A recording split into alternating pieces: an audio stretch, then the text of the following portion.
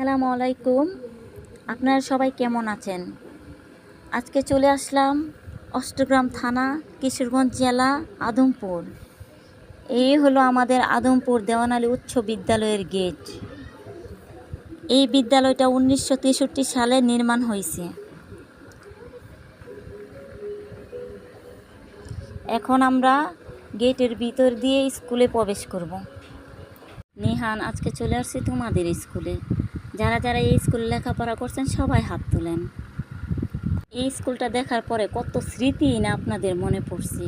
এই ঘাস, মাঠ, শহীদ মিনার সব যেন আপনাদেরকে স্মরণ করছে।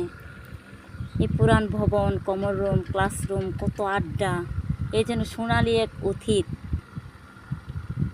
বিকেল হলে এই মাঠে কত খেলা খেলতেন, ফুটবল, ক্রিকেট, ব্যাডমিন্টন, সারাক্ষণ আনন্দে মাতোয়ারা হয়ে থাকতেন।